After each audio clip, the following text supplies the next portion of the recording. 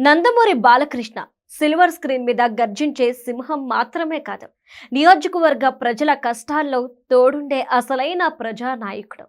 హిందూపురం నుంచి వరుసగా 3 సార్లు ఎమ్మెల్యేగా గెలిచిన బాలకృష్ణ సినిమాల్లో ఎంత బిజీగా ఉన్నా నియోజకవర్గ అభివృద్ధి విషయంలో మాత్రం ఎప్పుడూ కాంప్రమైజ్ కాలేదు. ప్రస్తుతం దాదాపు 92.5 కోట్ల రూపాయల భారీ వ్యయంతో రోడ్ల వెడల్పు, సుందరీకరణ చేస్తూ హిందూపురం రూపురేఖలను మారుస్తున్నారు.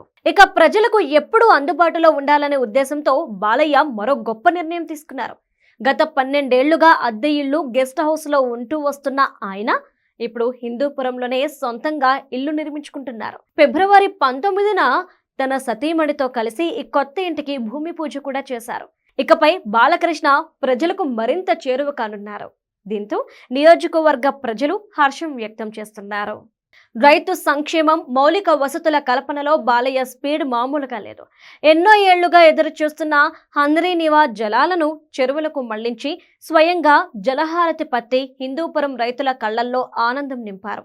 లేపాక్షి మండలంలో కోట్లాది రూపాయలతో బీటీ రోడ్లు వేయించడమే కాకుండా పట్టుగూళ్ల మార్కెట్ను ఏర్పాటు చేసి స్థానిక ఆర్థిక వ్యవస్థకు బూస్ట్ ఇచ్చారు.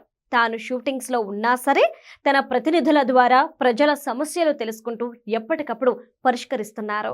రాజకీయాలతో పాటు మానవత్వంలోనూ బాలయ్యది తన ప్రత్యేకతను చాటుకున్నారు. బసవతారకం క్యాన్సర్ ఆసుపత్రి చైర్మన్ గా ఎంతో మంది పేదలకు ఉచిత వైద్యం అందేలా చూస్తున్నారు. ఇటీవల మొబైల్ క్యాన్సర్ స్క్రీనింగ్ వాహనాలను ప్రారంభించి వైద్య సేవలను ప్రజల ఇంటి వద్దకే తీసుకెళ్తున్నారు. అటు మాస్ హీరోగా వెండితెరను ఏలుతూనే ఇటు బాధ్యతాయుతమైన ఎమ్మెల్యేగా హిందూపురంను అభివృద్ధి పథంలో నడిపిస్తూ అందరి మనసు గెలుచుకున్నారు.